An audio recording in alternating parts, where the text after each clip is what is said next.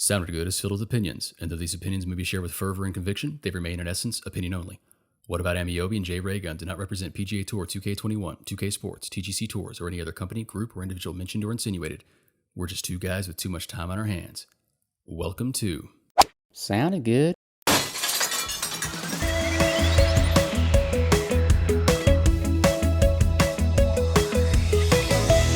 Hey guys, welcome to episode 6 of Sounded Good, where we talk about all things PGA Tour 2K21, TGC Tours, and whatever else tickles our family, or fancy, sorry. Tickle my family. I'm WhatAboutAmeobi. Tickles our family. Good lord. I'm WhatAboutAmeobi. With me, as always, is JayRayGun. Hello. And today, we have another special guest. You guys loved it when we had Q a couple weeks ago. So we listened, and we thought, who else would we like to have on here? My background might give it away. But What is that back there? Oh. What's this? What are those there? And what's all this stuff? I'm seeing some mountains and trees. Okay. Yeah, but a friend of the program, has been a great supporter of the podcast since episode 0. Has been very kind to support and to let people know about us and all of his streams and everything else that he's doing. Plug it and tell people all about it. We've got the man, the myth, the legend, the original entity himself, VctryLnSprts. Oh my gosh. Thanks for having me on, gentlemen. The VctryLnSprts. Yes. So now you know that picture behind you is the one, the only Hallstatt Golf Club. The least controversial course in the game, as I recall. The infamous, the famous. We might have to go into the background a little bit on that one and really get your true thoughts on that contest. Do we though? No, that's on Monday. Yeah, no, it's not like you don't wear your feelings on your sleeve at sometimes. I honestly do, don't I? I'm a bit more of an open book in the community. So whether it's good, bad, or indifferent, people generally know what I'm thinking. I try to keep it positive, but yeah, I'm definitely more in touch with my feminine side, right? Well, isn't that what the pink is all about? I try to touch my feminine side about 2 or 3 times a day, but that's just me. Anyways, welcome aboard. Welcome aboard, Things Victory. Are different in Texas. Do we call you Victory? Can we call you Eric? Can we just don't call you late for dinner? How would you like Definitely to be don't call me addressed? late for dinner. I sit here about 200 plus, and the plus is getting closer to many pluses. So let's just keep it at that. No, don't call me late for dinner. Okay. Yeah, I think what's interesting is a lot of people Kilgrave. call me Victory or Vic or Victor. And I even call myself Victor on my streams. So there is a story behind all that. But I changed I joined the community 4.5 years ago, almost 5 years ago in TGC 1. And like the rules state, I registered for TGC Tours with my real name. The quick synopsis of it is once I got into streaming a couple years after that and the stream started growing, I just decided that maybe it would be wise to be more anonymous. You have anytime you stream, and I took it back to I have a job where it's a bit more high profile in my company, and so I just felt like trying to stay anonymous at that point was maybe a better way to go. So what came first, your alias Victor Lane or VctryLnSprts? VctryLnSprts is actually a name that I've had for many, many years. That goes back to when I played racing games, Forzas and things like that back on the Xbox, because I was a gamer on Xbox long before I came to PC. And I came to PC a few years back primarily because of course design. So like many others. But no, the name VctryLnSprts, I used to be, believe it or not, I used to be in shape. I used to be a runner. I have always loved racing. I've always loved sports in general. And so Victory Lane signifies, winning, right? So who doesn't like to win at sports? So VctryLnSprts was born many, many years ago. And since TGC Tours prefers that you have a real name or an alias that sounds real, I thought Victor Lane. They're both real.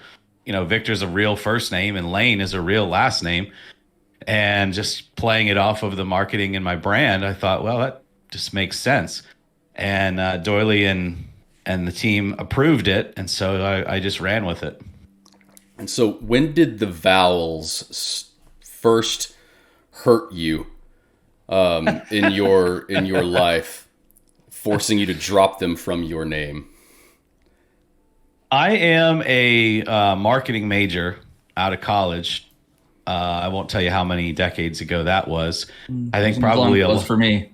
Yeah, a lot of people in the community may not realize that I'm over 40 years old. Is that pre-internet marketing? So yeah, this is pre-Facebook, pre-Twitter. Goodness. But I have a background in marketing and sales, and so I just there is really no rhyme or reason to it other than it makes it something different or interesting from a marketing perspective. Mm-hmm. Funny, I had the same conversation with 2K last month when they put my name in a bunch of different things for the community designer thing on the game with the Divot Derby and the multiplayer. And even though I've had a relationship with 2K for a number of years and HB Studios, it still seems to be confusing that there's no vowels in it.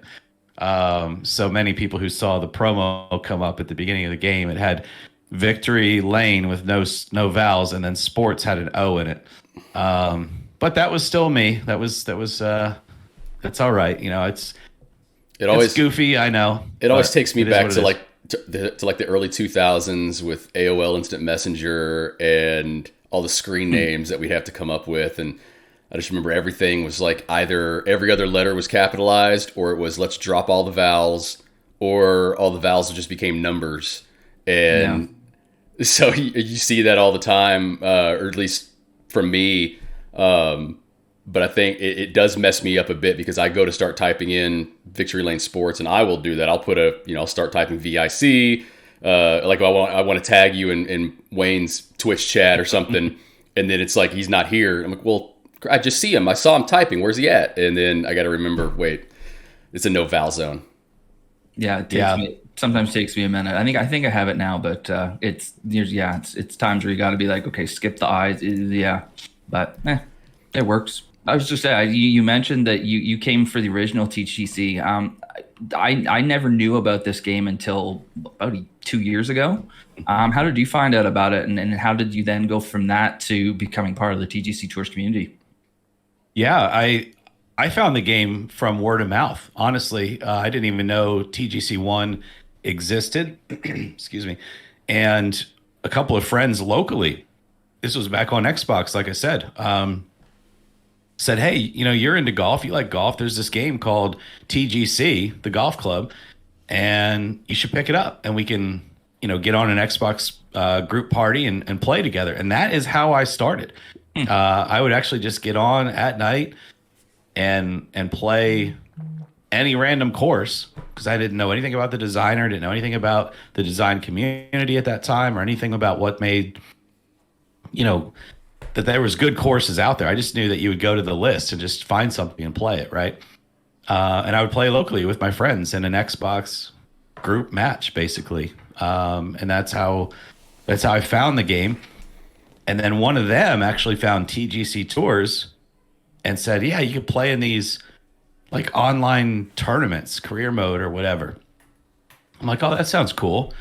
So I registered and did that thing. And it got to the point where I got decent at TGC1. I was inside the top 200 WGR and was on the PGA Tour in TGC1. And I noticed we were playing a lot of nice courses, on TGC Tours. And that's when I joined the forums and then found the design community. And sort of from there, I just became addicted to meeting people and the course designs and playing in these weekly events. I mean, it would be where like I wouldn't miss one except for if I was on vacation. And so you got into the playing aspect first, and then we're kind of drawn into the design world. Yeah. So back then, I guess TGC Tours is has been around about 7 or 8 years now, but you came into it about 4 or 5 years ago. So kind of when they had already kind of got their Yeah, I think my got their stride a little profile bit. even says that I joined the tours January, February of 2017. Okay. So that would be 4.5 years ago. And I had the game a little bit before that. So yeah, probably 5 years ago, in total. So yeah, the game had been out for a couple years. Guys like Andre and Seth Campion, and they were doing design tutorials long before I even knew the game existed. Yeah, and so they already had kind of a good backlog of courses, of created courses to put in there, because I was just wondering what your first what the courses were like, what the created courses were like back then, because we've come so far in really just I think just between TGC 19 and PGA Tour 2K, just the jump in creativity and how the tools are being used and the courses that people are creating, just how not just realistic they look, and not in terms of like fantasy design versus realistic design, but just how, okay, I can see this in not only in my mind, but I can make it a real thing in the game, and just how they look. What was your level back then? What did you think about the courses back then in terms of how they were designed versus today? Oh boy. I think when you look at it and you look at guys like Crazy Canuck, you look at guys like Reeb Doog or Arctic Fury. You could find courses back in TGC 1 that were phenomenal for the time that they were in. I think what changed over the last couple of years, I would say, are really two or three big things. One would be the fact that the franchise, HB, didn't give up on the designer. And although it hasn't seen as many jumps as we think it could, I think there's still a lot of places they could go with it. They have still at least tried to make things easier for the designers. So let's just take 2K21. One of the biggest jumps is the fact that you can have global assets. So that allows these guys with high levels of creativity, JayRay, honestly, like you, who have an open sandbox then. And that, I just think, that changes everything.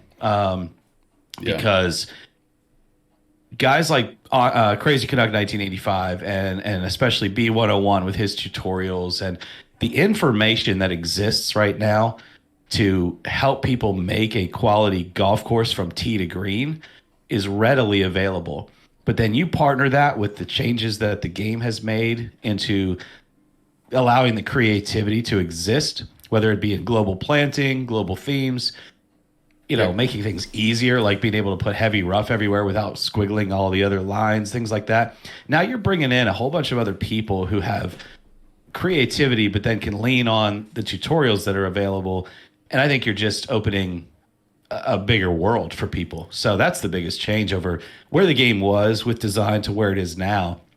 It's just more inclusive and more creative. Yeah, for those who don't know, for those who may have only played PGA 2K, I came in back at TGC 19, and really you'd probably call it dabbling in the designer in that one. But for those who don't know, once you picked a theme back in TGC 19 and before, you picked your Highlands theme or your tropical theme or Swiss, all the assets that you had to build your course were ones that came with that theme. So if you were in tropical, for instance, the only trees that you could plant were palm trees. And you had, 4 or 5 different kinds of grasses, and then a few different plants that's all you could put in there. And so prior to 2K21, you really had to get creative. You either had to get real creative with what you were putting out there, or you just had to be able to work within the theme. And that's why some themes were better for designing than others, because they actually offered more assets to you. But now you can pick a Swiss theme and you can plant palm trees in it if you want. You know, you can pick a Highlands theme, which back in the day you picked Highlands, you had no trees. It's just some bushes. But now you can have a Highlands theme if you like the look of the cliffs or, you know, the way the textures play. And you can put pine trees or you know, firs or whatever you want in there. It really, that was, I think, the biggest change between the last generation and this generation that really, I think, allowed that exponential jump in that course design, like Vctry was saying. Yeah, totally agree. I mean, you would have to lean on back in TGC 1 and 2, especially when they added the advanced edit to objects to where you could make trees, bushes, etc., smaller, larger, and then raise them up and down.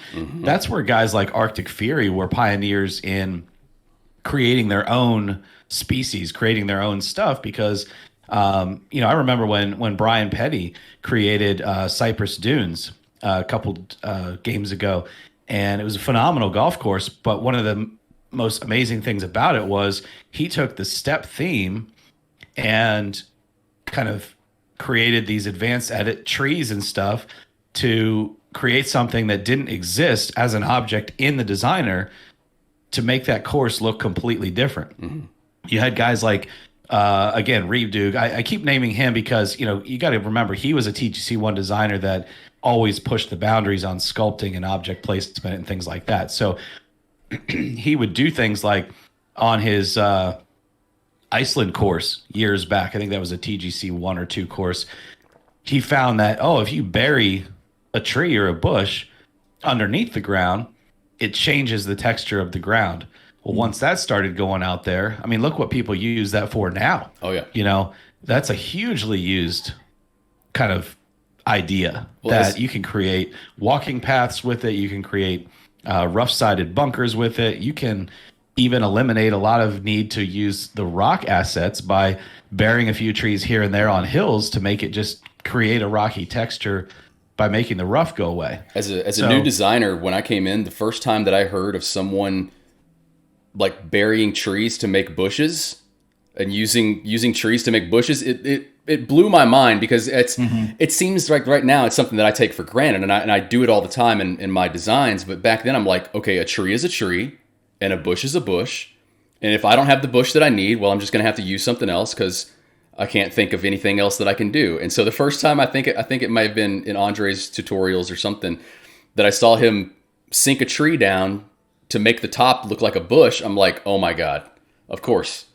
And it's something so simple and stupid that, but these people like Reebdug and Andre and the guys that were pioneers, the stuff that they did is stuff that we take for granted now. In that, okay, yeah, you're a designer, this is what you're going to have to do. But back then, when you saw somebody do it for the first time, it really was like, wow, okay, let's go there, and then let's take it some, 10 more steps from there, because now we know what we're capable of. It's awesome. Yeah, it really is.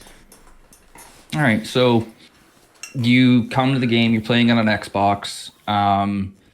You find TGC tours, you're playing the competitions, then you start thinking about design. How do you get to the point where you're designing courses and you're becoming somebody that's respected enough to be in major contests and then become like a very integral part of the community? How does that all happen? Or how did that all happen? Sorry.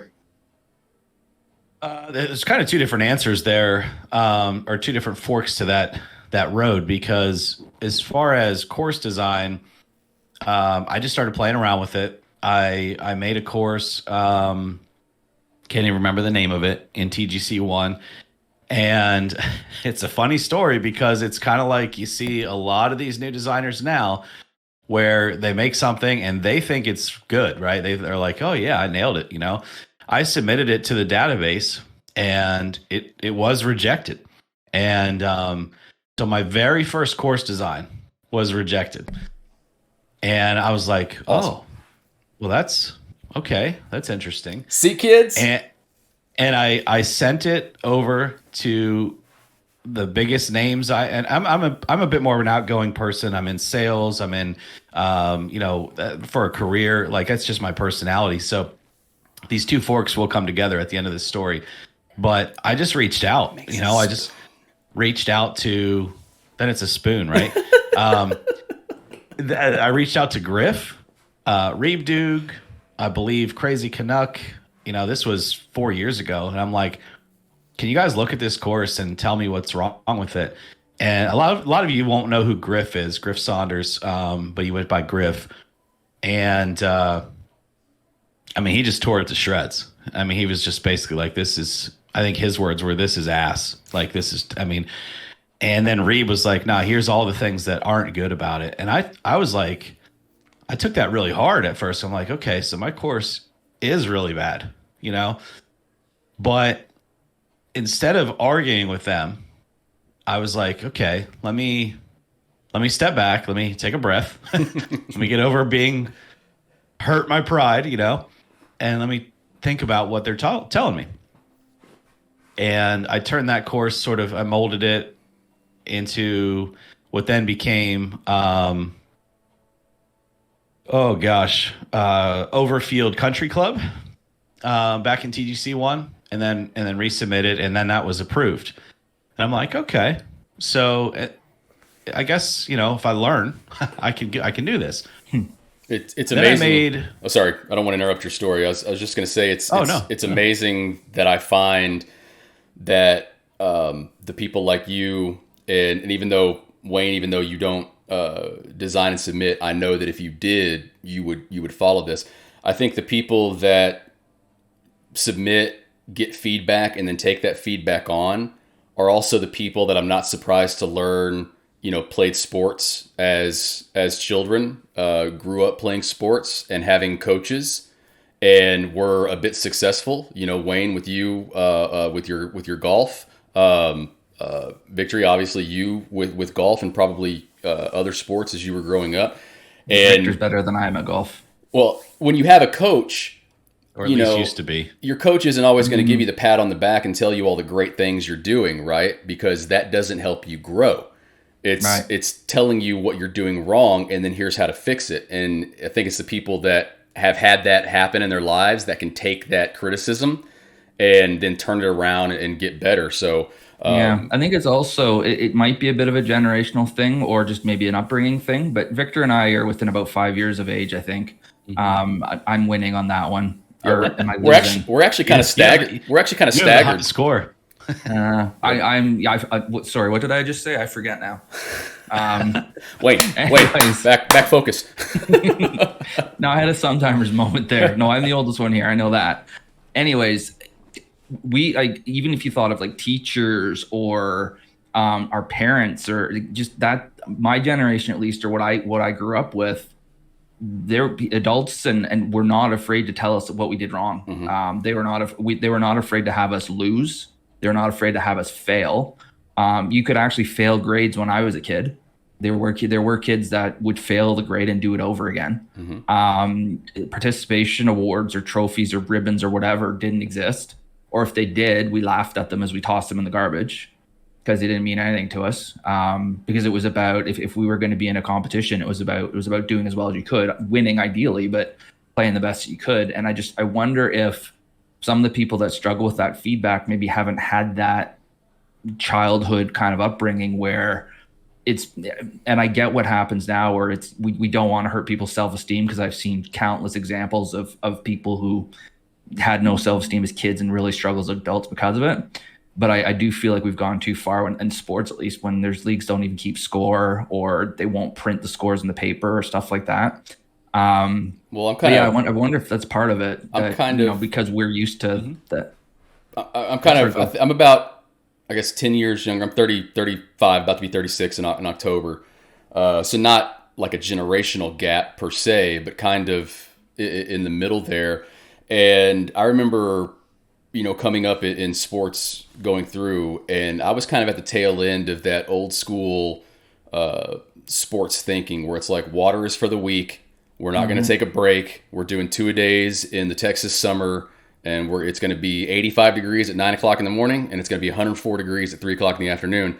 And you got tough tough love. Sometimes it was tough love. Sometimes it was just tough from your coaches.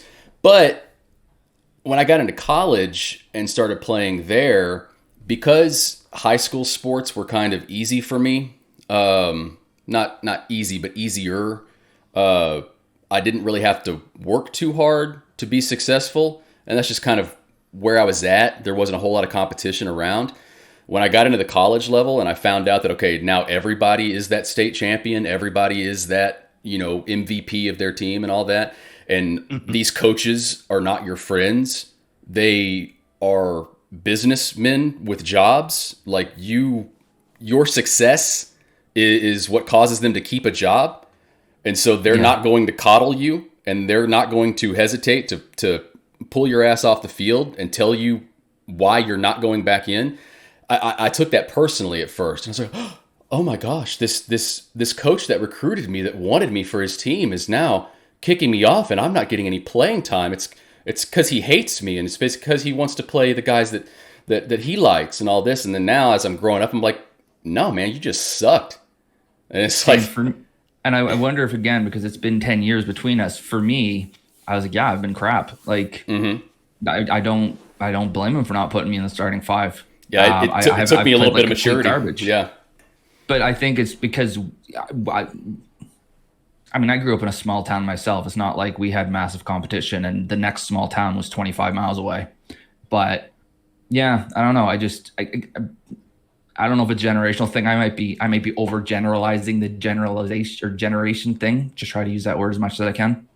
I want to tell a quick story just because I think it's funny, and it goes into goes into what I'm talking about.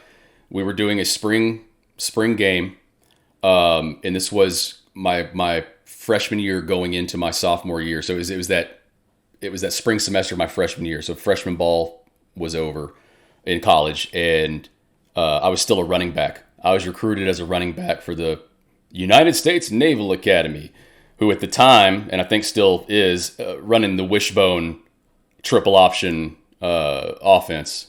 And this is American football, Wayne. I don't know if they have a similar option offense in soccer, but... Well, no, we have Canadian football where you've got 12 guys on the field and 10 more yards of field, and the end zones are 20 yards deep and one less down and a bigger ball. It's just the same, right? Same. Pretty much. So, anyways, I was playing a running back position, and I go out one time, and I'm going for a pitch. The quarterback's going to pitch me the ball, and I fumble the pitch, butterfinger hands, drop the pitch on the ground, have to jump and flop on it to cover up the ball, and the coach is yelling at me, going, "Reagan, what the hell are you doing? Yeah, blah, blah, blah." And I had the audacity, as this still young, freshman year, I was recruited to play football and I deserve to be here kind of thing going. I turned to him and I said, "The grass was slippery, coach. I slipped." The coach looked at me with this look like, "How dare you?" And he said, "What? The grass was slick? The grass is slick. Why don't you go to the sidelines? There's some dry grass over there. You go stand over there, and you find your footing on the sidelines." And he kicked me off the field immediately. And I was like, "Oh, my goodness, I've never." And that was kind of the first time that I was like, "Wait a minute, they're not going to coddle me and say, 'Oh, you poor boy, you slipped. Well, we'll get you back in there and you just try again.'" Trying to bring this all back to Vctry. That's what we tell our new designers all the time is take the criticism, because sometimes that criticism from different people, sometimes it's going to be harsh, sometimes it's going to lack tact. Some people don't know how to give constructive criticism in a way other than just saying this is shit, and so it really is up to you as the designer to kind of interpret that the way that you will. And obviously, if you can do that, you can take a course that was not approved and come back and, Vctry is a great example, become this, prolific designer that is now very well respected in the community, not only for his design work, but also for his judgment and his eye for design. This this JayRayGun WhatAboutAmeobi tangent was brought to you by PGA Tour 2K21. And Llama Coffee for all your coffee needs. Sorry, right, we do have a guest on today. We do have a guest. Is Where VctryLnSprts. He's here. I don't know about that prolific designer part, but You have a we lot can of talk courses. about that later. Well, a lot of courses doesn't make you a prolific designer. There's a I just wanted to. Let me finish that story. Sorry. I apologize. I did interrupt. No, I said at the very beginning, I don't want to interrupt your story, and then I did. I'm sorry. No beautiful. apology necessary. This is your show, buddy. I'm happy to be on, and I'll try to make it more brief too. I tend to be a long talker. Mrs. Lane, as we refer to her, she can tell you. I could tell stories that drag on forever. But no, I mean, what happened is Overfield Country Club, or whatever I called it back then, was approved, and then I got thinking, okay, I could do this. So then I went into designing Devon Quarry, and I created a plot for that was really fantasy. It was like an old, quarry. And for whatever reason, honestly, if you want my opinion, because I think it's a terrible course.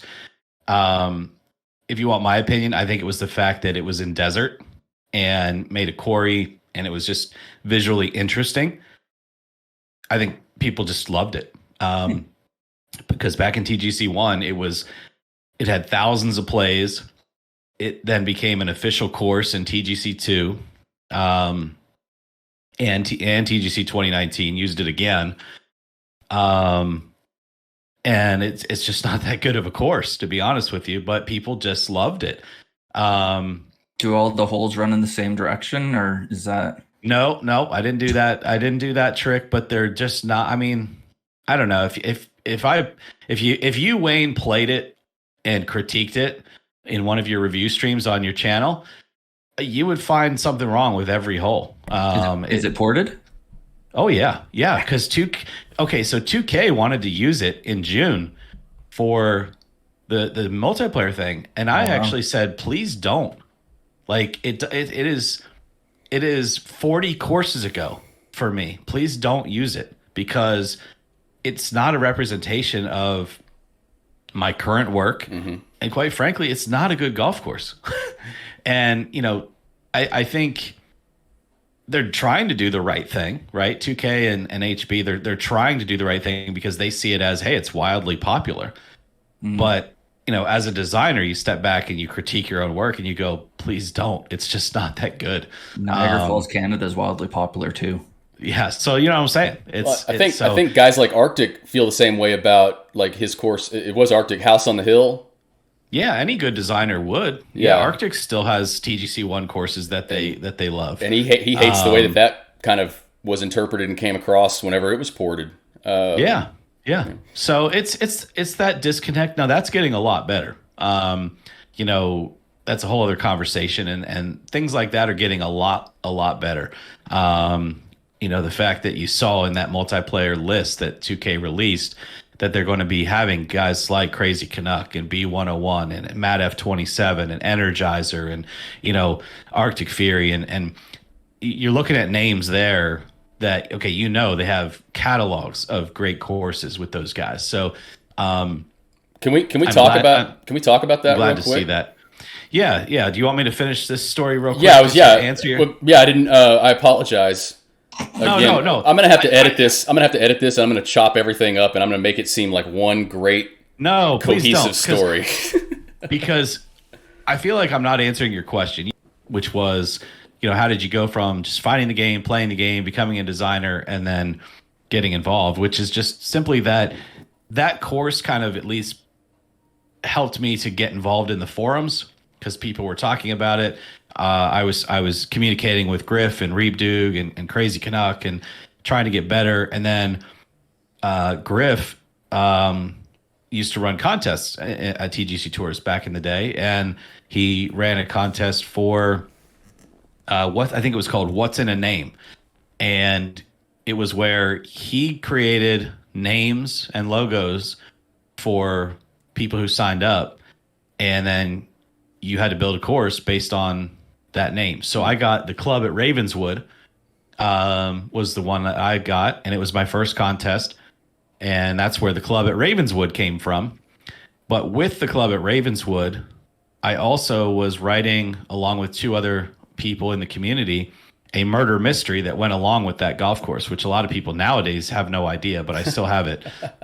There's an entire murder mystery short story that goes along with the club at Ravenswood. And that's awesome. That, I think more than anything, that put me into the community as like, hey, this guy's pretty involved, like this, for whatever reason. And people just, he wrote a damn book. And Edgar Allan Poe meets Tom Fazio. Yeah, I mean, a lot of people made fun of it. They thought it was stupid. There's, just make courses. Don't, Griff even told me, like, just so you know, for the contest, I'm not reading that crap. Like, I'll judge your course, but I'm not reading that. And I'm like, no, it's not for you. It's for me. Like, you always say, design for yourself. Well, that's what I'm doing. If no one reads it, that's fine. But people were following along in the thread. The thread ended up having like 50 some odd pages. It was crazy.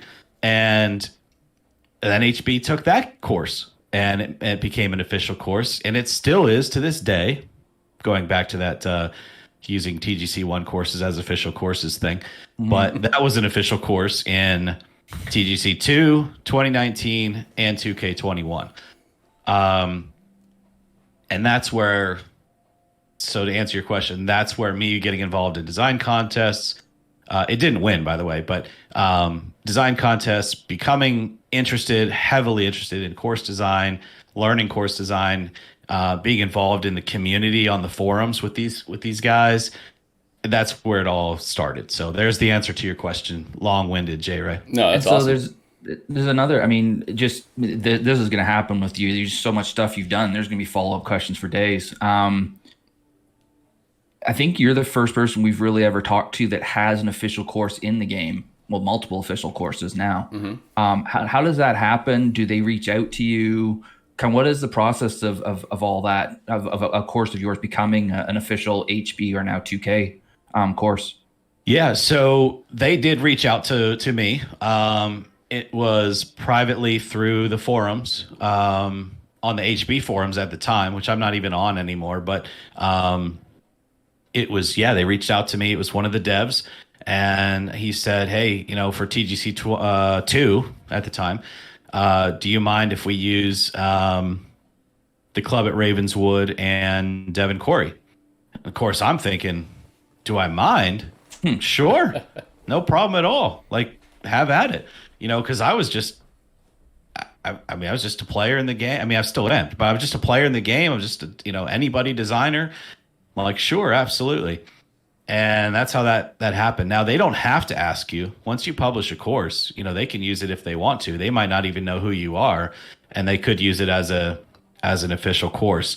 I think what's happened and that's why you see in TGC2, you see a lot of Crazy Canuck courses. You see a lot of Arctic Fury courses. You see a lot of, because they went to the people they knew back then. If there's anything that could have been done better, in my opinion, through TGC 2019 and then especially 2K21, is that they should have molded with the designers that are current.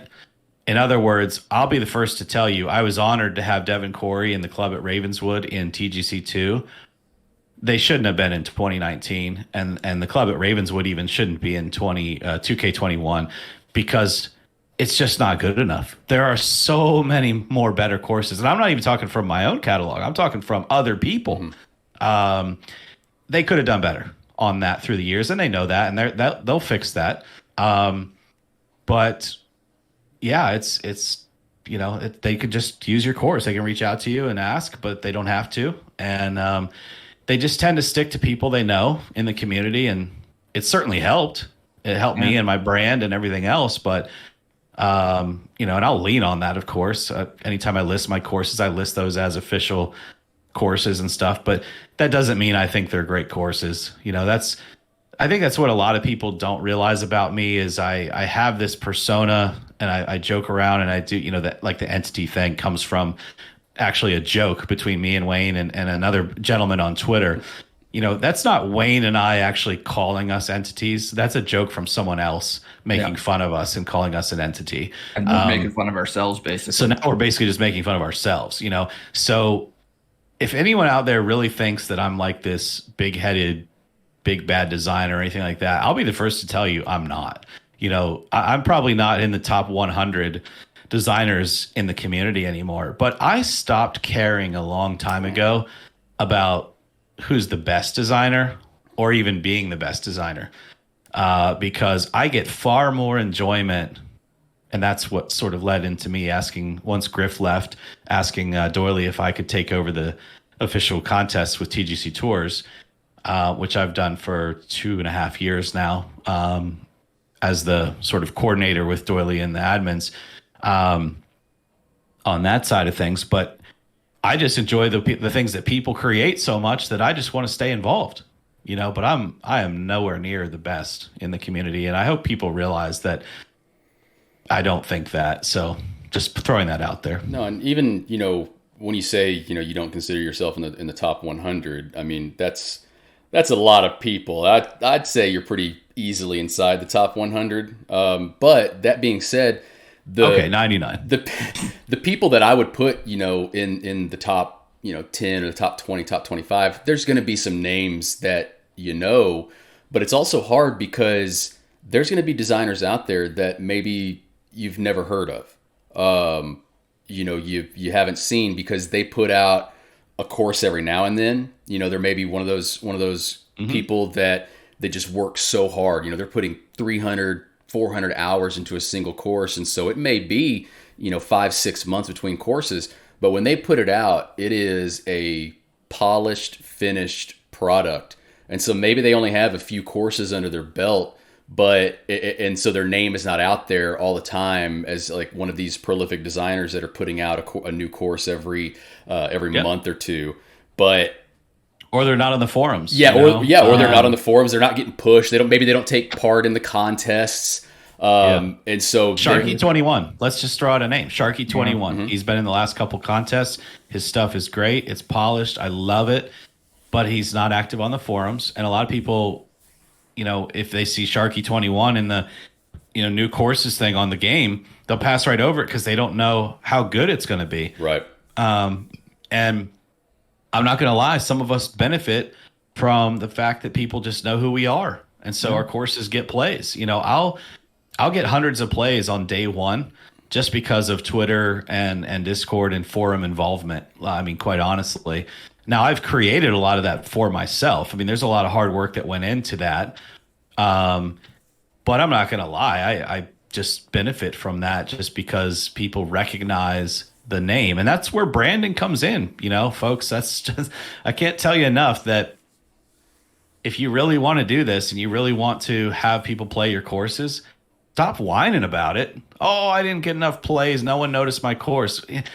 Instead of talking about the negative, talk about the optimistic. How can you do the work to get yourself out there and brand your stuff and, get people to look at it? Yeah, that's, stop complaining about it and do something about it. Wayne, it was way back in episode 3, maybe, where we did our designer do's and don'ts. Yeah. And it was either in that episode or maybe the one previous where we talked about what I think it was episode 2. Okay, Yeah, It was great. Eric knows a little more than what we do. Listen to them all.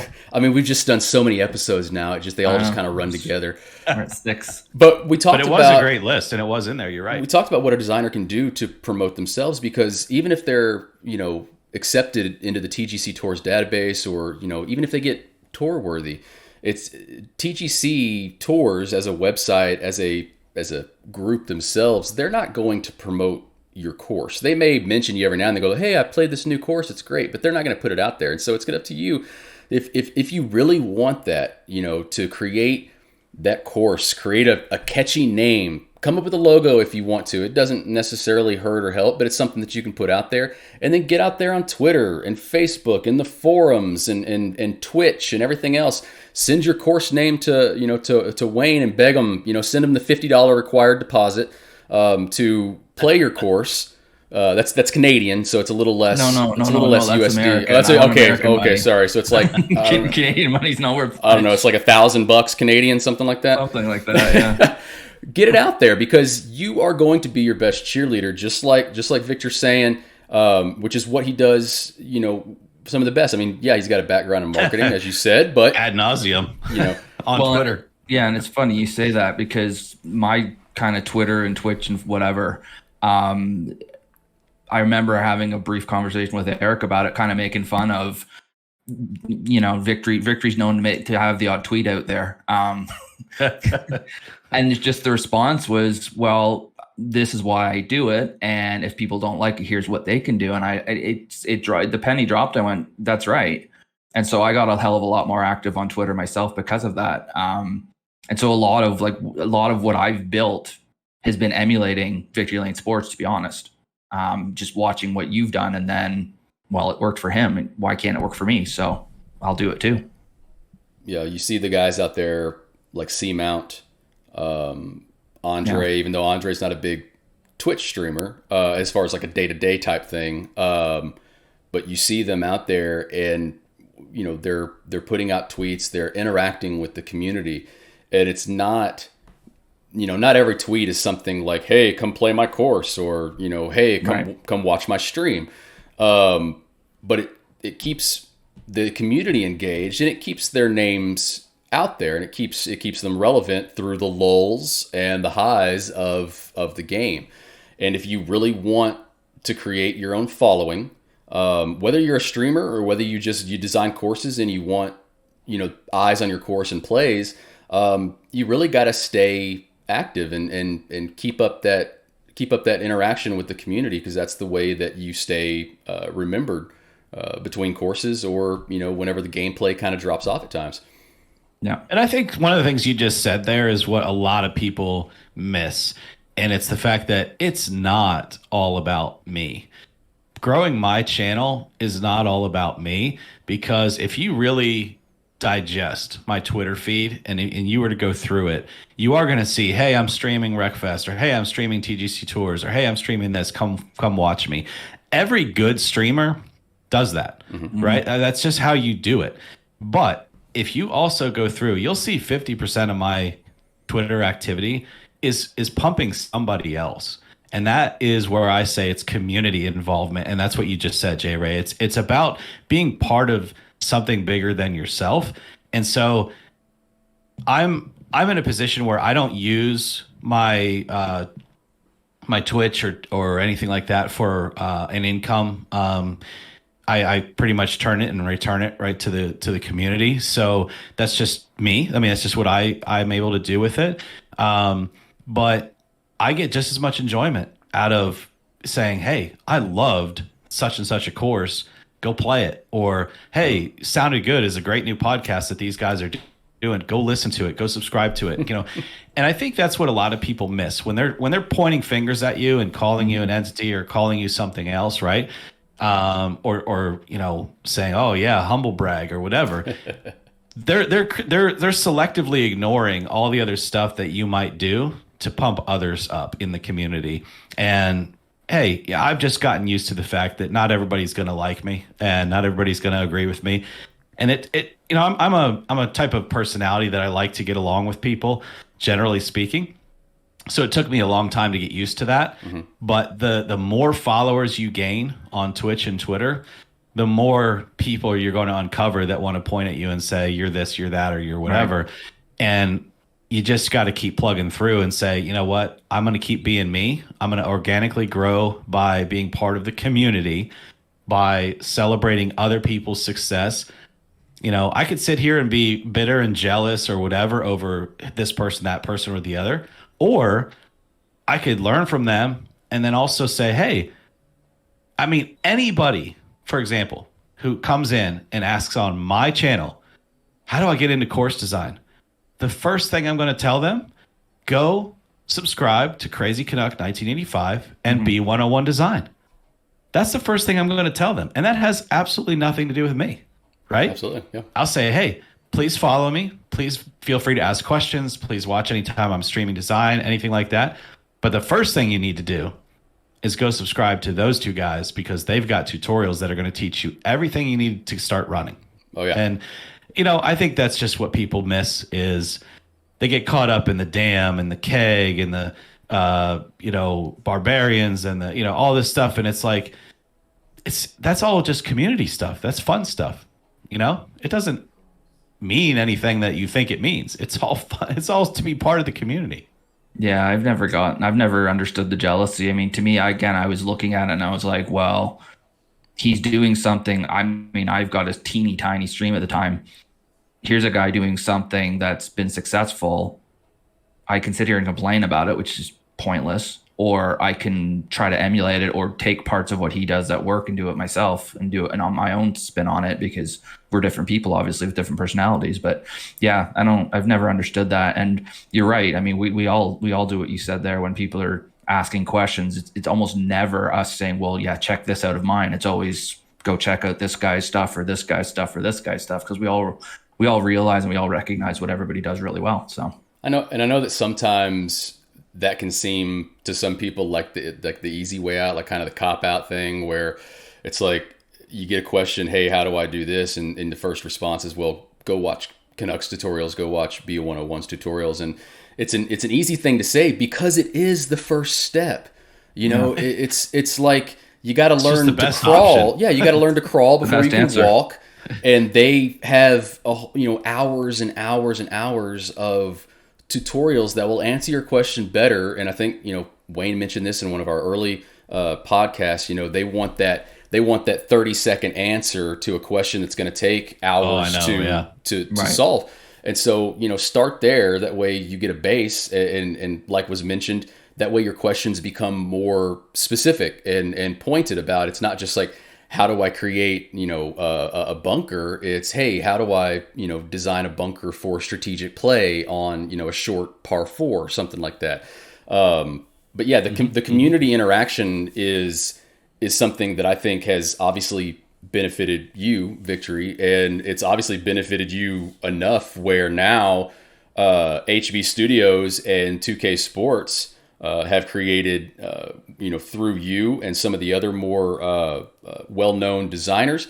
It's now, we're in the month of VctryLnSprts in PGA 2K, and your handful of your courses are being spotlighted for play.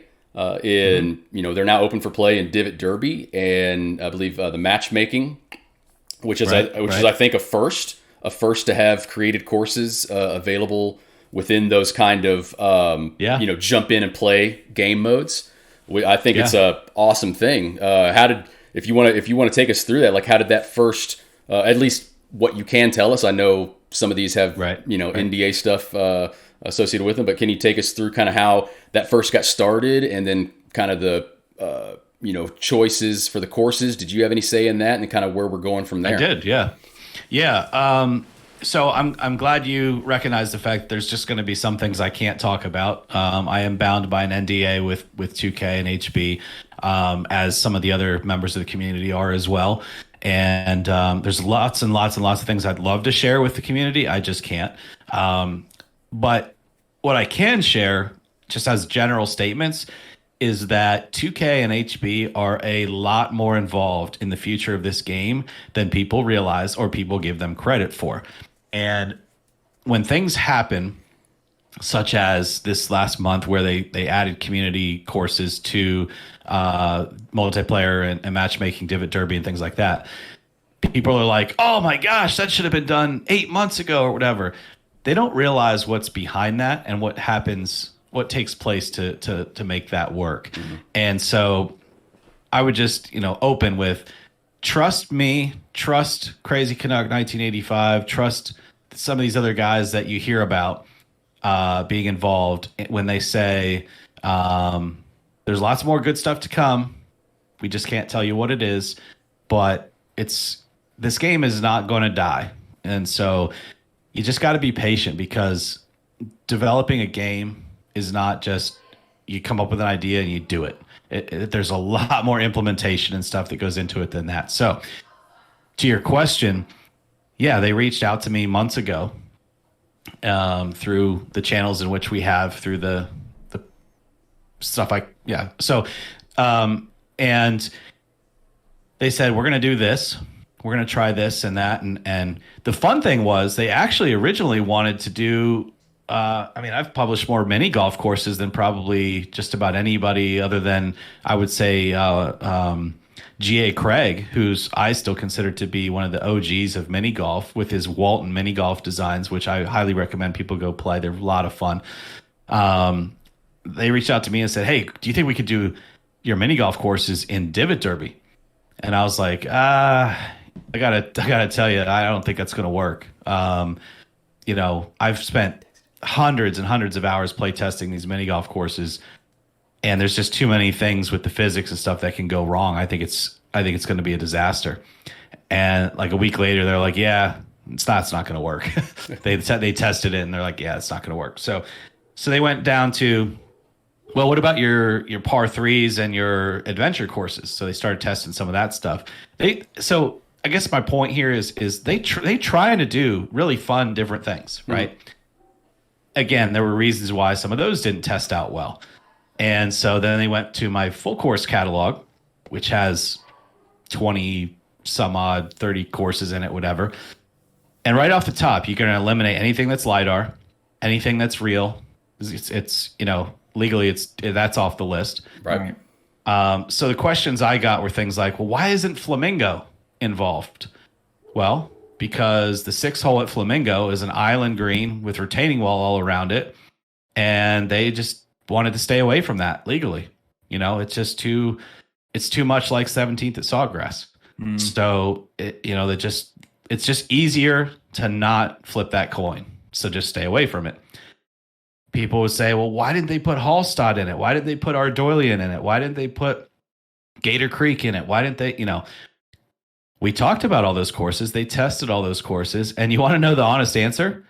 Too many players who casually play this game aren't good enough for those courses to be on multiplayer. I was going to ask. Divot Derby. I was going to ask for a game mode like Divot Derby. They're too hard. Yeah, where you're just firing shots and trying to get down as quick as possible. You don't have the time to think about the kind of strategy in shot making or shot placement that it takes to play some of these courses like Hallstatt or some of the B101 courses like Strathlorn or things like that. They're just not going to play well. What's the par 4 at Hallstatt that I hit 3-wood on the other day? Eight, yeah, that would be a nightmare. Downhill, downwind, yeah. Took me 5 minutes to figure out what I was going to do when I was just playing normal. My goodness. Well, they said anything with that amount of elevation change, like Hallstatt has or Ardolian has, is out because the casual player can't do the math quick enough to make it work. Which kind of sucks from our side because you can only play like TPC Louisiana so many times before. Yeah. Kind of. So Gator Creek, too much water. And so you start picking courses off the list, right? And then unfortunately, you get down to where some of my old basic designs are on there.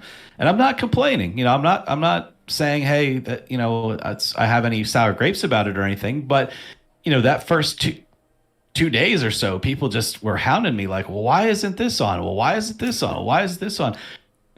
All I can say is you got to trust HB that they have reasons from a dev standpoint of why a lot of these courses aren't on. And it's not just this knee-jerk reaction from people that don't understand.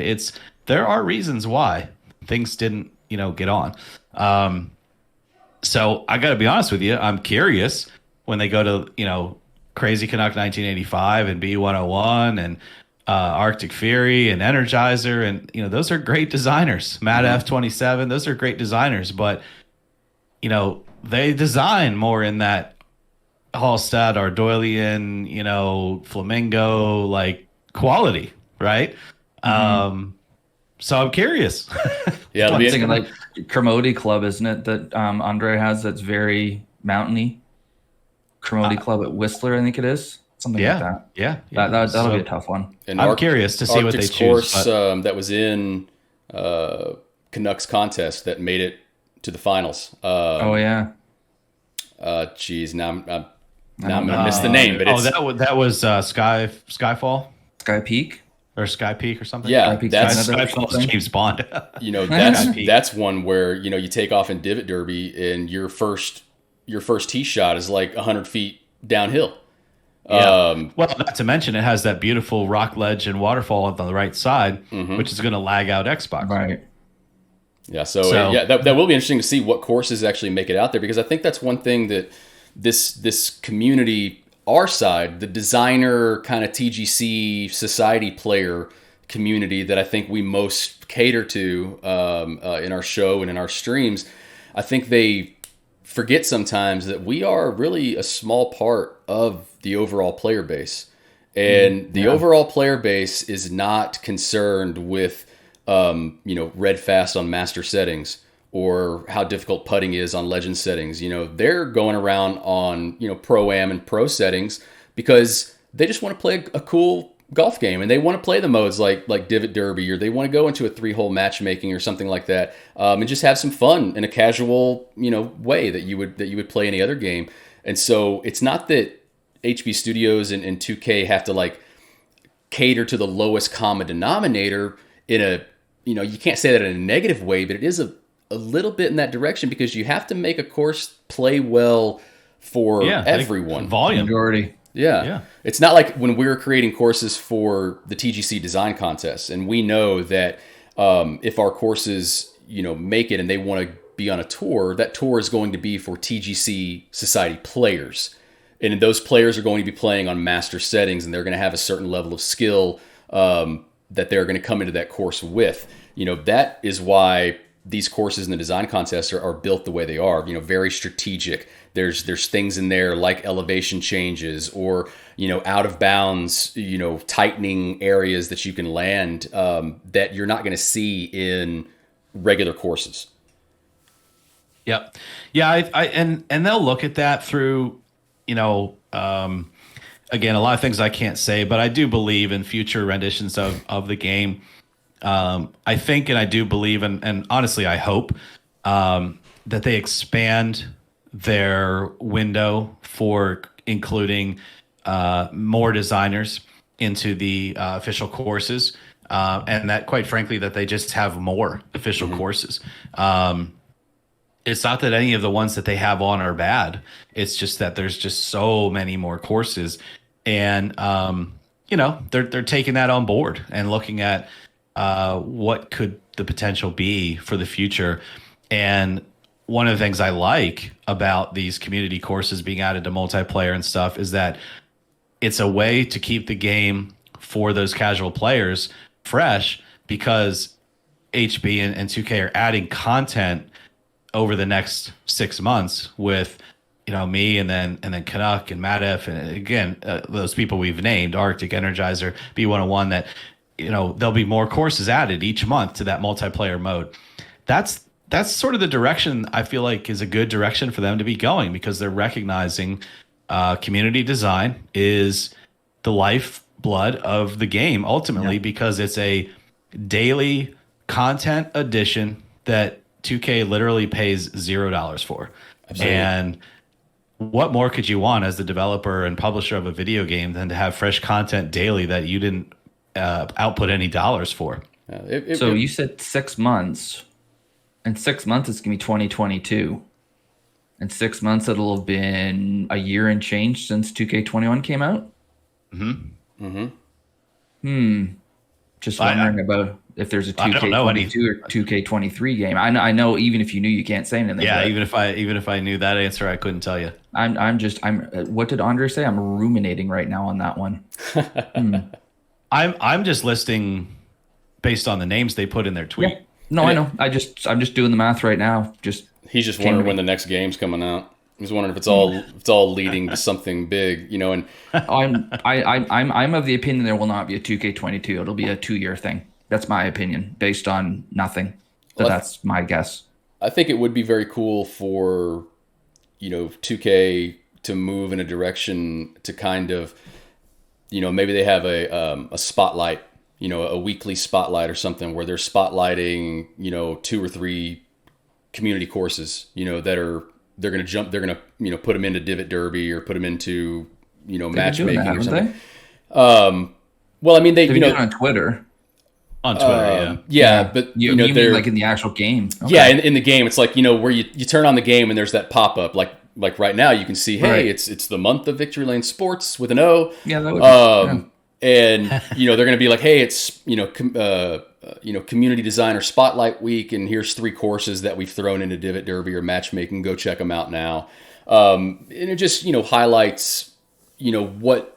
Like you said, Vctry, what is the lifeblood of this game and what keeps it going? Because if there was no course designer, I'm sorry to say that the involvement in this game, especially from our side as more designers who play, it would be very stale very quickly. I mean, that was the downfall of the Tiger Woods series, is that just the number of courses available. I mean, there were games where there was like 9 courses available.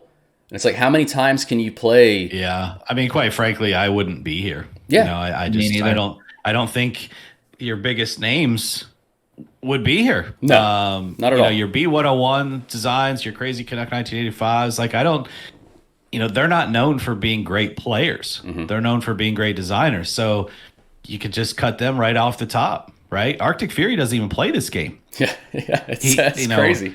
And it's not because he doesn't like it. It's because he spends all his hours in the game designing. Yeah. Thankfully for us. Yeah. And so, yeah, if it didn't have a designer, you might as well cut a lot of those community people just right off the top, because you're going to lose them. They're going to play something else. And I would too.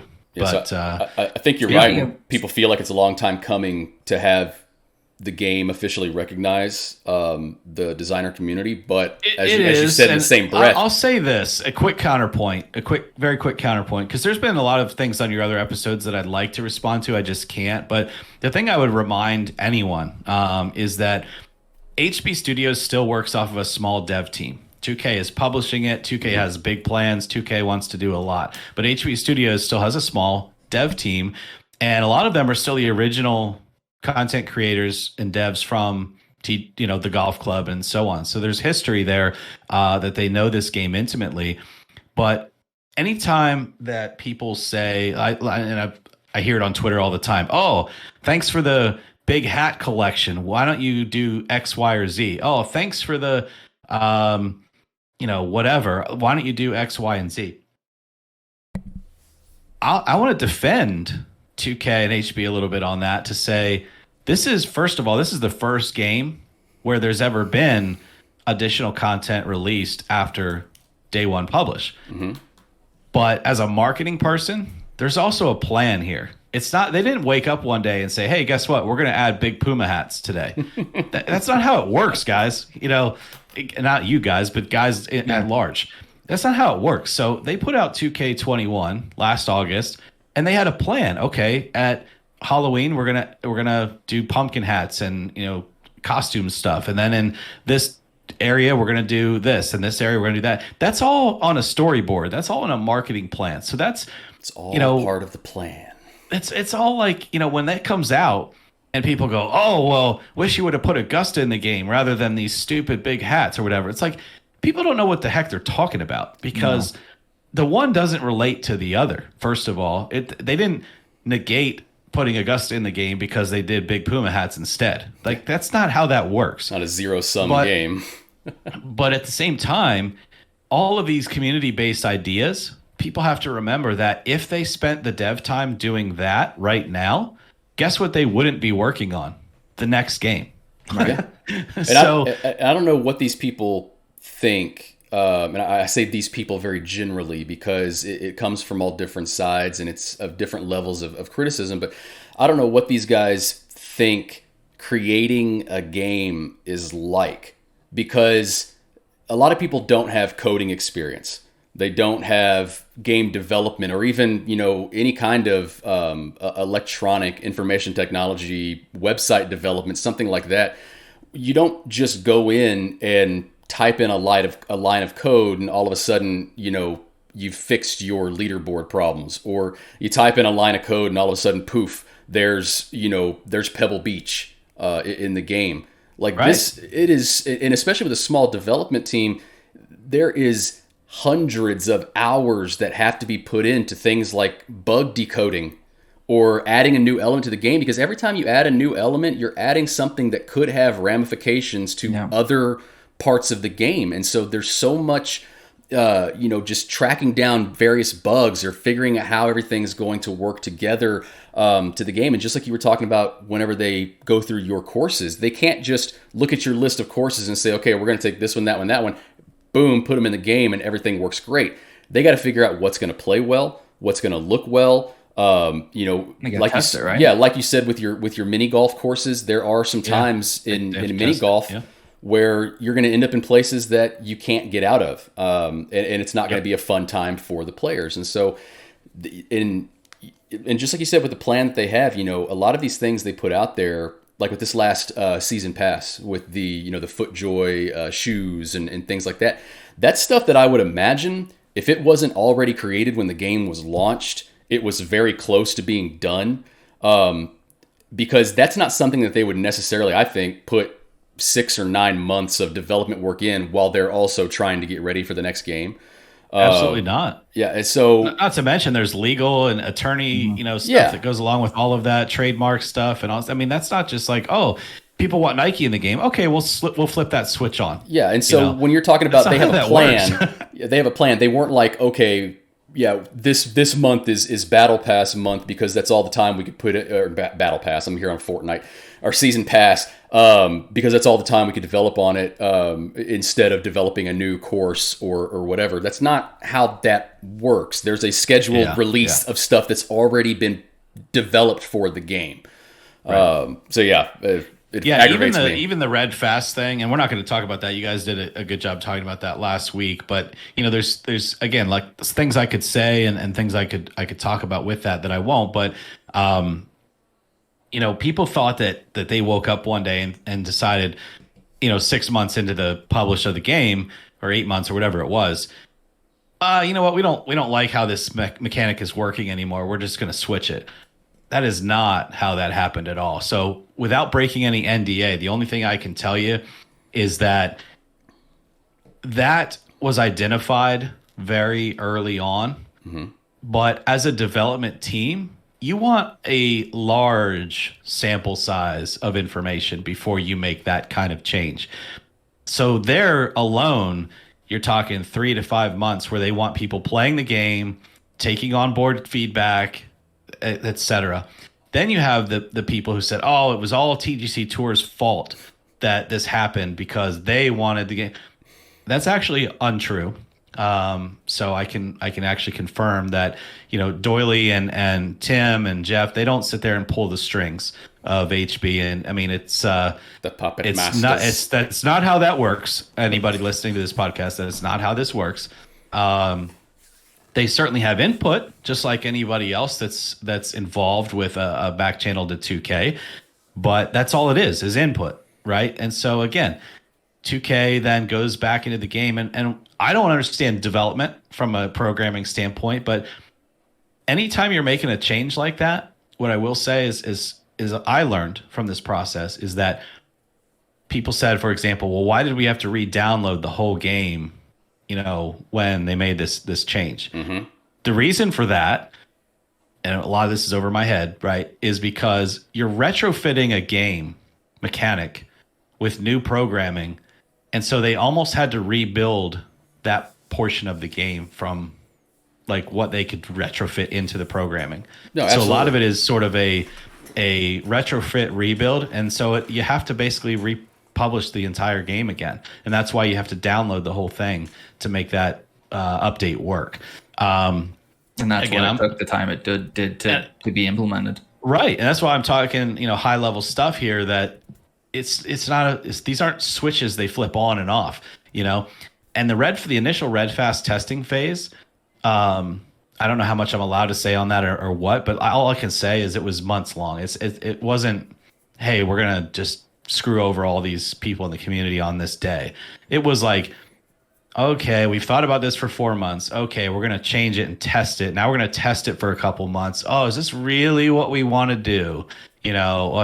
So I just wish people would give them a bit more credit for being as diplomatic as possible and thoughtful as possible, because they don't just whimsically make these decisions. Yeah, they are big, big decisions. I'll give my opinion, and so it's the gospel truth on this. To our listeners and anybody out there that wants to share this with people, there is not a development team out there for any game, I don't care how big or how small, that will make a decision based off a small percentage input. And TGC Tour's player base, designer player base, is a small percentage of the overall player population of this game. And so the development team at HB Studios is not going to make an entire game altering decision based on the few inputs of some people going, oh, I can red fast everything and the game is too easy. Chipping is too easy, blah, blah, blah. They're not going to look at that and go, oh, well, hey, JayRayGun's saying that he can red fast everything. We should probably change that. And then flip a switch like that. Like all they had to do was, toggle one little thing inside the game development code. And now all of a sudden, red fast is more punishing. This had to have taken forever in terms of coding, play testing, because just like you see, okay, splash shots and flop shots and the partials and stuff, they've become much more demanding in terms of skill and much more punishing when you don't hit it right. And people are saying that, the red fast changes have broken those shots. I say that they're kind of acting the way that they should in terms of how you would, get a red, if you hit a splash shot fast, that's kind of the result you would get. You'd go right under the ball and it wouldn't go anywhere. But point is, they didn't just make these changes to full swing driver, shots and then say, okay, well, if it affects other shots, so be it. They'll just have to deal with it. I think a development team like HB Studios that started as an indie team putting out a small time golf game that has grown into them, now, being involved with 2K Studios and then being, purchased by 2K Studios and becoming big time. They have too much pride in their game to make that kind of decision based on nothing, right? So whether you're an HB fanboy or a 2K fanboy and you want to make excuses for everything they do, or you're a hater and you want to say that, every big game developer, just makes knee-jerk reaction decisions and they're always terrible and all that, it doesn't matter. You do have to give them some credit in that these are people, human beings that are taking great pride in what they've put out there, and they're not going to ruin their baby for people's enjoyment. They're not going to ruin that on purpose or without thinking about it, thinking through it. Yeah, go ahead. I was just going to say I was involved. I say go ahead, Wayne. Then I started talking. Yeah. I was involved in that test phase. That's probably about as much as I could say on that. It was a long process, and I could tell you there were iterations that you guys never even saw that were in a lot of ways worse than what. So I'm just proving your point, Ray, that you're right. They delivered something to the testers and said, "Hey, what do you think of this?" And we were like, "No, that's back to the drawing board, back and forth." But again, you're working inside a box. And inside that box is just the parameters of the current programming of the game. You can't rebuild everything, or you're just creating a new game at that point. So what people need to understand is this. What you have now is what they could do with the game they have right now and the time they could devote to it right now. I don't know what the next game swing mechanic will look like. I honestly don't. I don't think it's going to be this one, or it'll be some variation of this one maybe, but I don't know.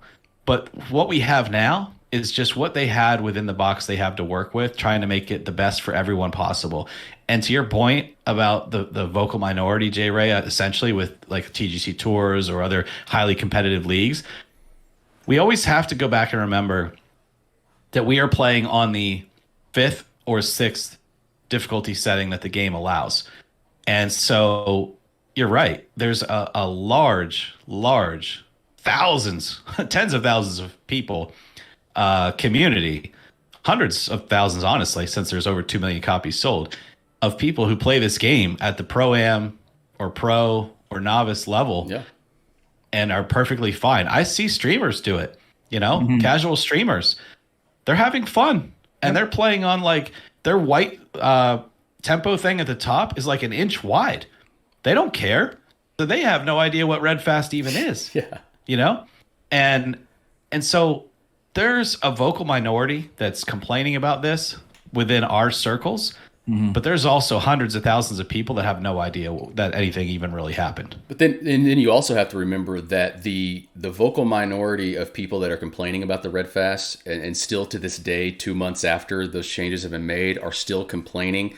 They're an even smaller percentage of that player base that is kind of playing within those parameters. They're the vocal minority of the minority. Yeah, and so it's not to say that they should be dismissed outright, because you should never dismiss somebody's opinion outright, but you have to understand that they don't speak for everyone. Everybody's individual experience with the game is going to be different.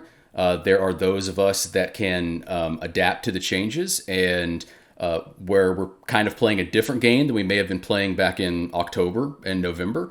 It's a different game, but we've adapted and we're still having fun with it later. You can't keep, there's some games out there, when I kind of said earlier that no development team is going to make changes, based on a small minority. I won't say no development team, because there are some games out there that have gone that way, where they keep making these knee-jerk reactions to the game base. I'll put Fortnite out there as one of them, where every week it seemed that they were tweaking, gun damage or tweaking game mechanics to kind of meet that flavor of the week for the player base, whatever they were complaining about at that time. And that's another thing that players really hate, is like every week now the game is different. And there is no meta, because no meta can be developed because there's not a long enough time to play under a certain condition. And so I'd much rather, if between those two, I would much rather have it be like what HB did, where we wait a bit, we figure out where we're at, we test, and then, 6-7 months, whatever it was after release, we make changes.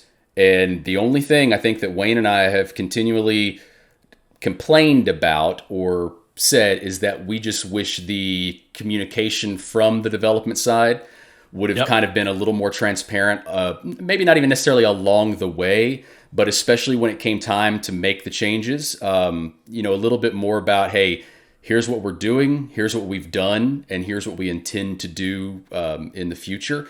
I think it may have just helped it ease it along a little bit. That way it does kind of take out that belief that, they're just making these changes in a vacuum and don't really care what we have to think about it. I think a somewhat detailed release note or something with that patch, I think it was server side, right? And either way, a more detailed release note would have been very helpful. And they could have even gone about, on the master difficulty, you'll see this. On the pro, however, and these are intended, what the intended effects are going to be.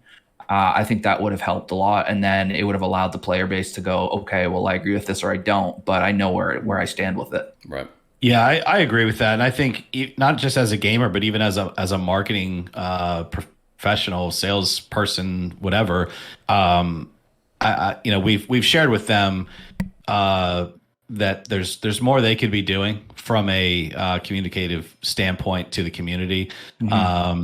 More detail, better timing, things like that. And I think they've taken those things on board. And I think with, I've seen some things improve. I mean, with 2K's involvement, first of all, you're seeing more social activity with this game than you ever saw with the golf club versions. But that's not to say that it's good or perfect yet, but it's better. It's definitely better than it was. There's more annual, year-long involvement. Now they need to take that to the next level. And I think they would tell you the same thing. And so I think, again, I really hope that what people see from people like me or Seamount for Life or G Dog or Crazy Canuck 1985 or lots of others, Killer Bees, Supreme Binks, people who have been announced as being sort of on Team 2K, so to speak. I can't say really anything more than that. Fanboys. Fanboys. Is that we try to be honest. Seaman will tell you, like, I hate this, that, or the other thing. He'll tell you straight up. Yeah. But he'll also tell you there's way more optimism for the future of this game than pessimism. And I believe that to be true. I think where this game is going is still, it's going to break through. And I mean, heck, Tiger Woods' involvement is going to be a big thing. It's not about having Tiger on the cover. It's not about having Augusta in the game. People don't realize that. Has Tiger ever entered into something where he goes into it wanting to be a failure? No, that is not Tiger's mantra. He is a win-only type of guy. So with him being the executive, creative director of the next game, don't look over that, people. That is not Tiger doesn't want his name associated with something that's going to be a piece of crap. So that's why you don't see Tiger Woods steaks and Tiger Wood neckties and, Right. Just hang tight and trust a little bit that this team has plans and they're going somewhere, but you can't have it all on day one. Yeah. And if if you complain and moan about it all the time, then just maybe it's not for you. But, and again, I'm not saying everything's perfect. It's not. They could do a lot of things better, but they know that and they're working toward that. Speaking of things that weren't oh, sorry, go ahead. No. It looked like you were leading into something. I was going to segue to what's behind me here. Mm-hmm. Things that could have been better. Well, there's could have been much better in my humble opinion, but that's just me. There's a reason why this course is behind me and why this is the choice or the VctryLnSprts course that I chose to put up. So actually what I want to start with is you mentioned this a bit on my stream, but kind of how did you come to the process of choosing, because this was the 2020 World Cup course, right? It was, yeah. Uh-huh. Okay. So when you're in the World Cup, what was kind of the thought process in choosing this style of course? And then what was the kind of the process of creating this? And then we'll get to the O part maybe. Sure. And I know we're an hour and a half into your pod at this point, so I'll try to be more brief for you. But I'm having fun. Short. So that's short for us. So okay, yeah. All right. No, I'm having a good time. I really appreciate you guys having me on.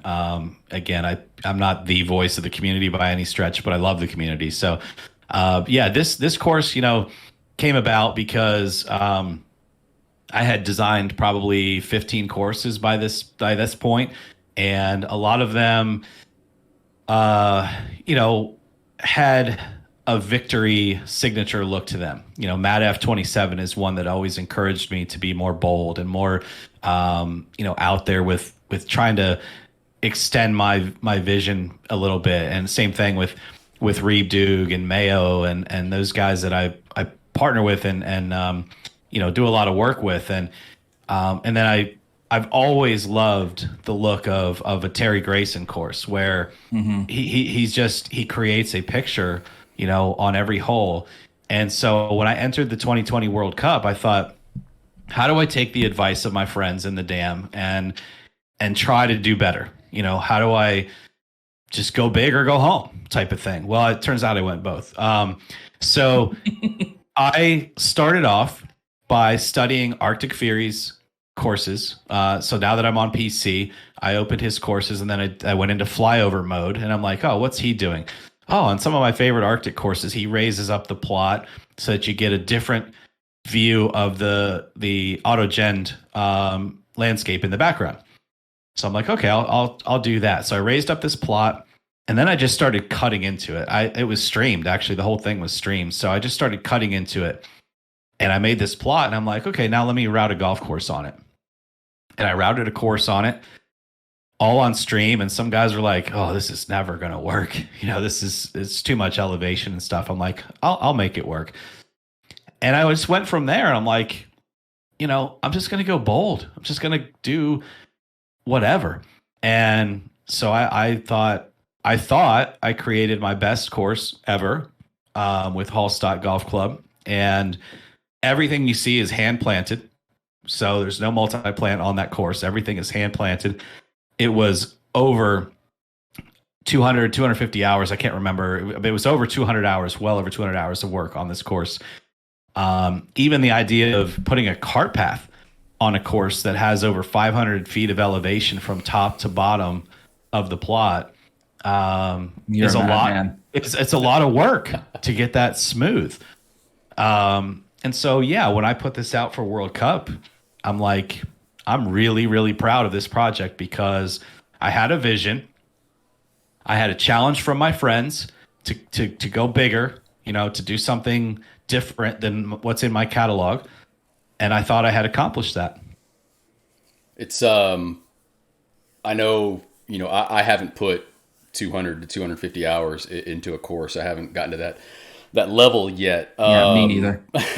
But even the work that we do put in, I know, from experience, putting that much effort and thought and creative energy into something, and having that finished product not finish how you would hope or how you would expect. I think we all try to temper our expectations just so that we don't disappoint ourselves, but in the back of our minds we're going, hey, this is the best thing that I've done so far.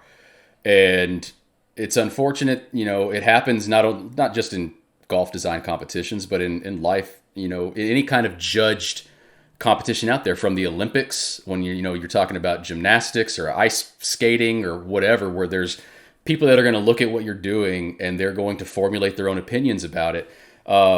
It does kind of become a kick in the nuts whenever you get word back that, hey, it hasn't quite finished the way you wanted it to. And this one was a first round exit for you, Vctry? Yeah. So, a brief synopsis of it. It was honestly my lowest point in the community as a person too, because of how I handled it. You talked about me or others in a positive note in terms of when I told the story about my first design and how it got rejected at the database, and then I went back and went to work, right?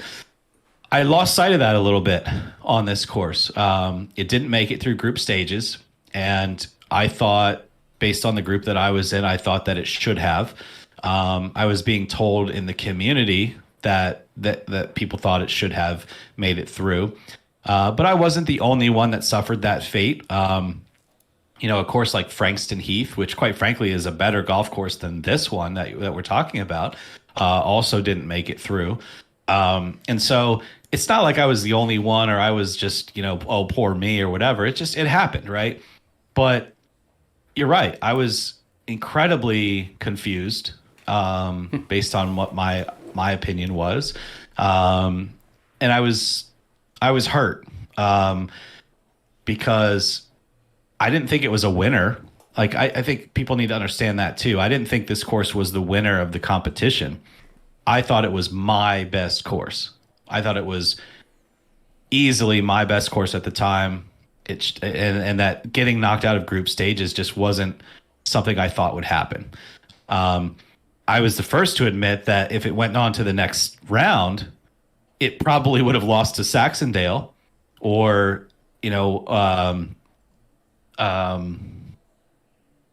Overbrook Valley. It probably would have lost to Overbrook Valley and stuff. I would have been perfectly okay with that. I would have extended my hand and said to Dan, Pithy Dr. G or JW Texan, hey, great job, boys. Like, losing to those guys was no issue, no problem. But it didn't make it out of my group, and I was like, I didn't see that. So I was really discouraged after that, because I thought, okay, I did what you guys told me to do. I went bold. I went big. I went, hand planted everything. I went creative. I went all just things that I thought people loved, and I'm out. So I was kind of a jerk about it. I was kind of like, I'm done. I'm not doing this anymore. I'm not doing contests. I pulled out of CC. You know, I was just like, I'm not doing this anymore.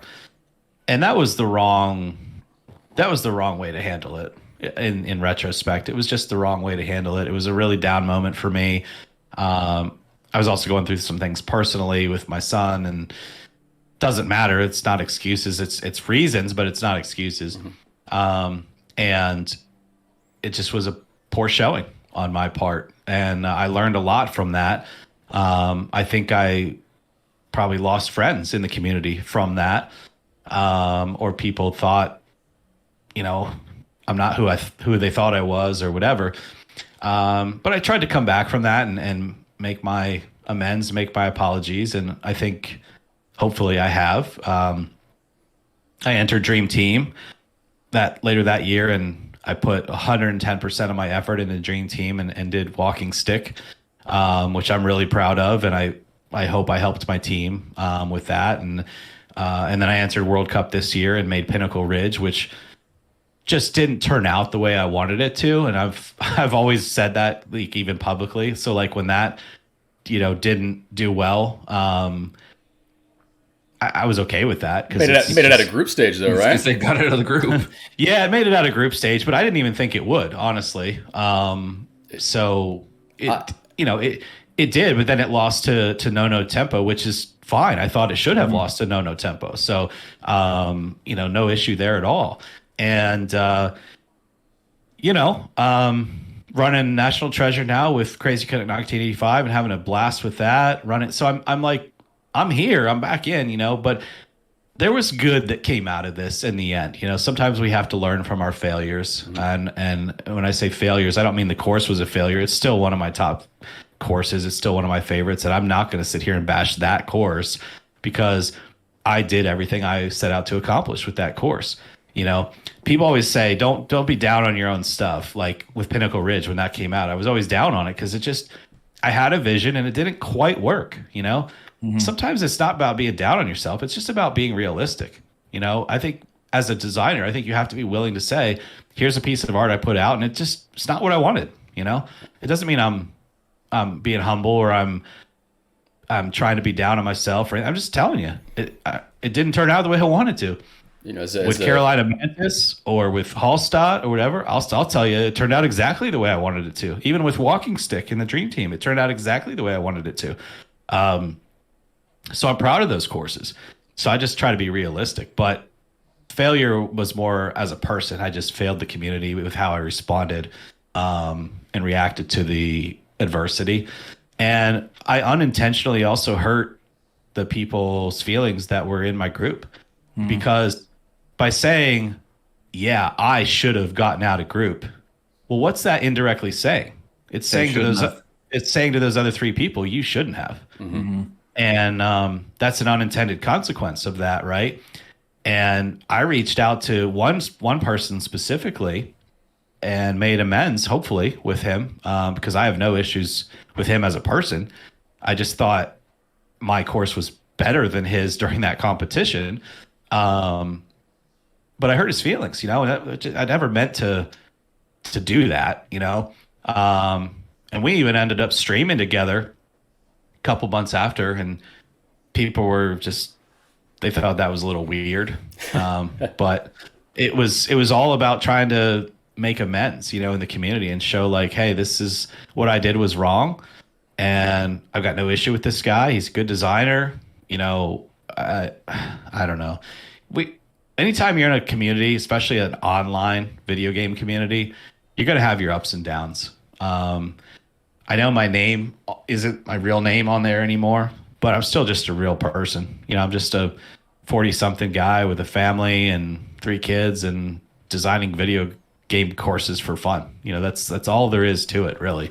And so I'm not going to do everything perfectly all the time. When you talk about your response being the wrong response, and I can't argue whether it was a wrong response, but it is a natural response, and for me, while as a fellow designer that's really only put out 2 full courses and only one of them having been for a contest, I do completely understand where you look at something as your best representation of your work thus far, and you feel that enormous pride in it, and when it doesn't do what you think it should, or it doesn't finish how you think it should, the easiest natural response is to say, well, they just got it wrong.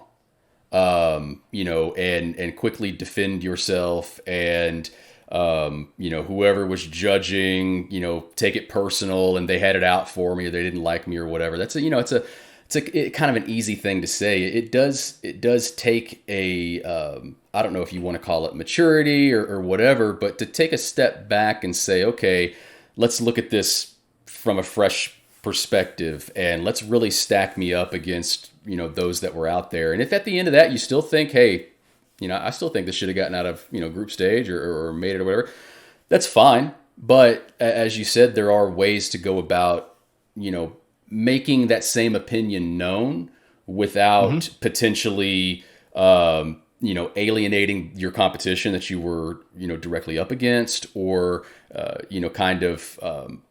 setting yourself apart from the community in that way. Because I will say, from what I've seen from other members of the community, it's very easy to ingratiate yourself with the community and become a part of the community.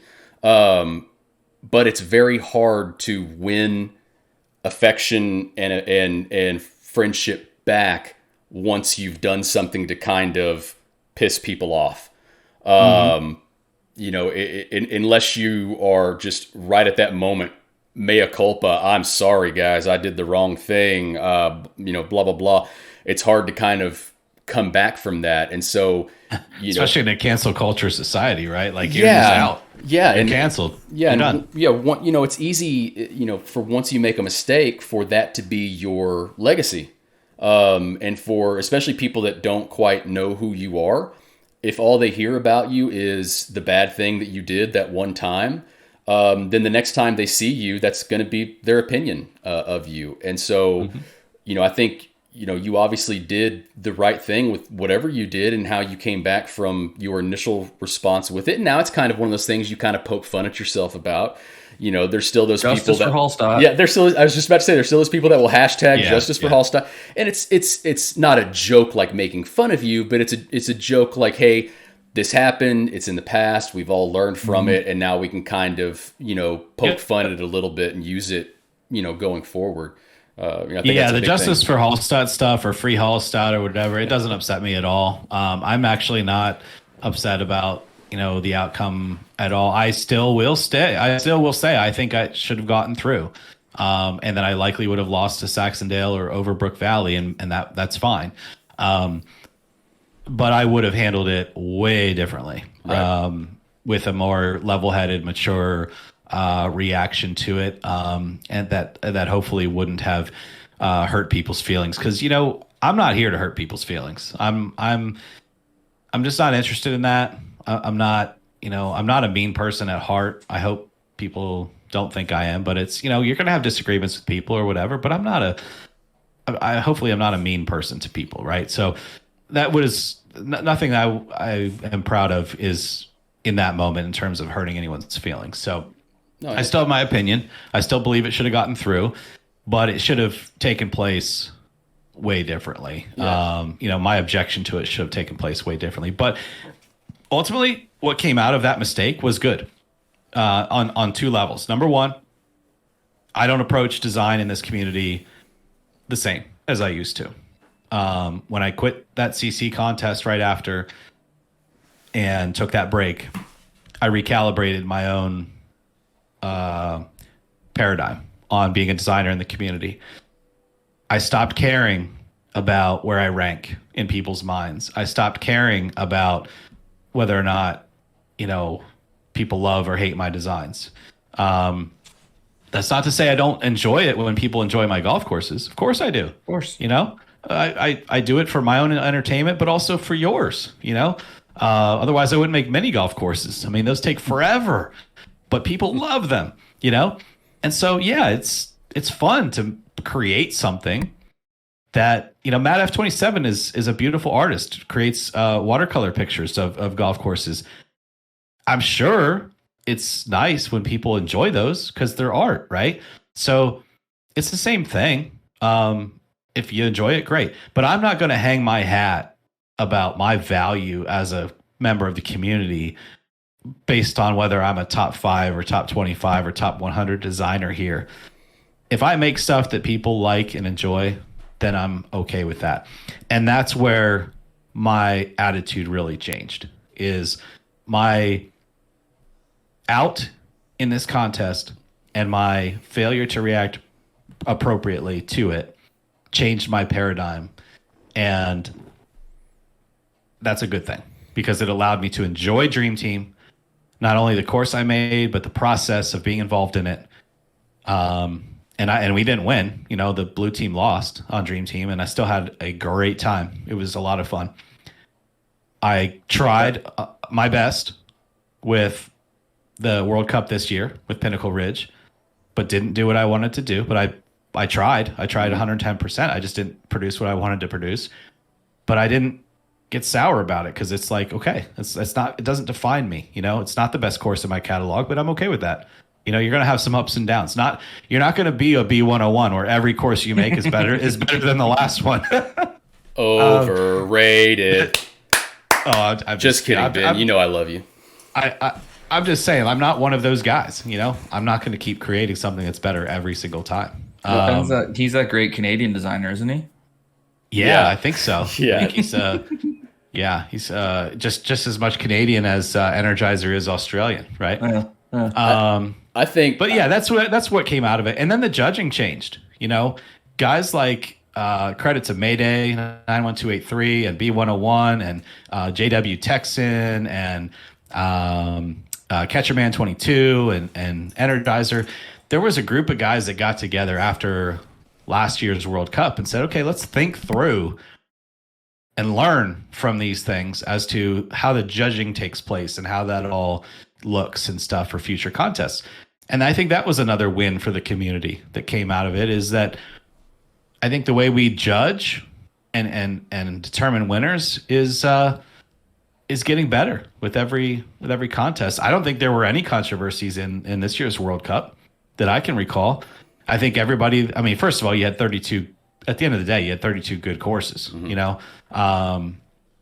meaning you're getting contests filled with courses that you're going to put 16 through and 16 aren't going to get through, and you're splitting hairs a lot of times. So that's just how strong the community is right now. I just dealt with that with trying to pick wild cards for the national treasure. It's like, gosh, there's just so many creative, great designers out here. How do I do this? And that's okay. That's how it is. But I think we've learned as a community how to appropriately judge courses. I think that one thing that you and Wayne and guys like Seamount and B101, you'll see why I've listed all 4 of you in there, have shown is that there are ways to interact with this community outside of just being a designer or just being a player, or you can be like Wayne, who doesn't do design but does tons of playthroughs and interacts with the community through reviews. He also interacts with the community through his competitive play. Seamount, who does a lot of competitive play streams. B101, who does a huge amount of design streams, doesn't play as far as I know, doesn't stream his playing, but streams a lot of his design, interacts with his tutorial videos. And then you got you, who does a little mixed bag of a lot of different things. Not only do you stream some of your competitive rounds, but you're also streaming, shows that you came up with, like Is It Though, with Foxen, where you're, trying to put your own spin on how to play the game.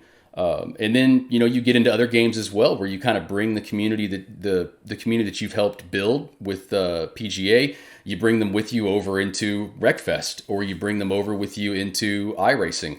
And then those people that you pick up from there, you bring over into your PGA, and that's how you keep growing. And so you don't need to be some big name designer, or you don't need to be in the top 25 players in the world to I mean, hell, look at me. I'm basically, my only interaction is right now doing this podcast, and then whenever I show up and try to take over chat in Wayne's stream. But I enjoy that place that I have in the community, and I enjoy finding people like you and finding people like Crazy Canuck and B101 that have those interactions in a different kind of way, that I can kind of hop into different contents and see the same game from a different point of view and get something different out of it each time.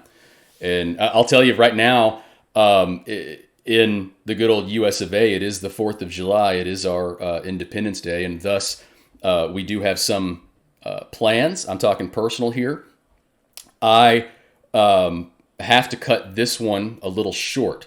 But I know that we didn't get, I think, in my opinion, I didn't get far enough into my discussions with Vctry. It has all been interesting. And I think it's going to make for a great first episode, but I would like to have you back again. I think I'd like to follow this up with kind of a part 2, because we still really haven't gotten into how you developed as a streamer, kind of your branding plans, and all that, kind of your plans going forward for yourself in terms of all of the different games that you play. Your son is getting into streaming. Sometimes you'll do some stuff together with that. I think that's an awesome thing that I'd like to talk to you about. And plus, I want to know a little bit more about National Treasure and who wins that one. So I'd love to have you back. If we can do this again, sometime during the week or on the weekend, whenever we have some time, because I think it'd make a great part 1 and part 2. Yeah, totally up to you guys. I'm all for it. That's totally up to you. But I do appreciate you having me on. I appreciate the discussions. I could talk to you guys, all day about different things. And yeah, there's you guys have both done it right in terms of how you come into the community and just have a positive influence and get involved and meet people. And I think you just made a great point there, JayRay. Like, you don't have to come in and be the best player. You don't have to come in and be the best designer. You don't have to come in and be the best reviewer. You don't have to come in and be the best whatever. You've both come in and met people and been kind and outreached and active, right? A lot of it is your own activity. You make your own way forward. And a lot of people who sit back and say, well, my stream doesn't have as many followers as such and such, or yeah, but you also probably haven't done as much work as they have, and so it's all kind of what you make of it for yourself. And JayRay with your logos for World Cup, and Ameobi with your reviews, and the way that you guys got involved and met people, and just I really respect that, and I appreciate both of you. I hope you don't get burned out. I know that's easy to do. I've had moments and times throughout the years where I get burned out too, and I'm like, I just don't want to, talk to one of my best friends in the community, Terry Grayson and Mayo, Mayday 91283. Both of them, go through periods where they just can't even look at the designer, as good of designers as they are, right? Sometimes they just can't even look at the designer for weeks at a time, because they're just like, I'm burned out. I've played enough, I've designed enough. I just need some time off. So just make sure you're giving yourself that time as well, so that we don't lose you. But anytime you guys need me, or I highly would recommend a lot of other guests as well. And I know you will throughout the future, because I loved the episode with Q on it. I thought that was really, really good episode. And there's tons of people within the community that have a voice and have opinions, and can respectfully, hopefully, give a good podcast interview for you guys. And I think that's a really good path forward for this show. Yeah, honestly, awesome. There's only so much that Wayne and I can talk about together about this game and still keep it fresh. So we're happy to have members of the community like you and Q, and we have we have either a shared list that we've talked about with each other, or kind of a list in our own heads of people we'd like to talk about. Because, always that third opinion, that third voice keeps it interesting, not only for us, but for the listeners as well. So there's some very obvious guests we'd like to have. It wouldn't be too hard to figure out who they'd be. Yeah. So stay tuned to that going forward for all the listeners. And, hopefully we're going to have Vctry back maybe next week for a part 2 to kind of end this up, because I don't think we got deep enough into what's going on, and it's all been interesting so far. Wayne, any final words? Want to lead us out? No, Vctry, thank you so much for your time today. It is the 4th as we're recording this, and I know with you guys being Americans, that's a big holiday for you guys. So I appreciate taking that time away from your family, and you too, JayRay, on your 4th, taking time away from your family to do this. But yeah, always appreciate everything we do with Vctry. So, thank you for that. And also thank you for some of the mentoring you've done in the last 6 months that I've been around. I've appreciated that probably more than I've let you know. So I feel like that's something that we need to keep saying to each other. That's part of how we stop getting burned out, is, being kind to each other and telling each other what we really enjoyed about each other. So absolutely. Thank you for all of that. And I look forward to part 2. That will be great. This will be the end of episode 6. For all of my American friends, I hope when you listen to this, you've had a great 4th of July weekend. To my Canadian friends, I hope you had a great Canada Day a couple days earlier, and I hope you were able to stretch that into a long weekend, because Canada Day was Thursday. Yeah. So I hope you're able to sneak a long weekend out of that. And for our international viewers, I hope you've just had a great weekend yourselves too. Go England. Thank you, guys. Thank you, Vctry. Everybody come back with all your fingers. Be careful with your fireworks. We'll talk to y'all later. That's right. Thanks. Bye, guys.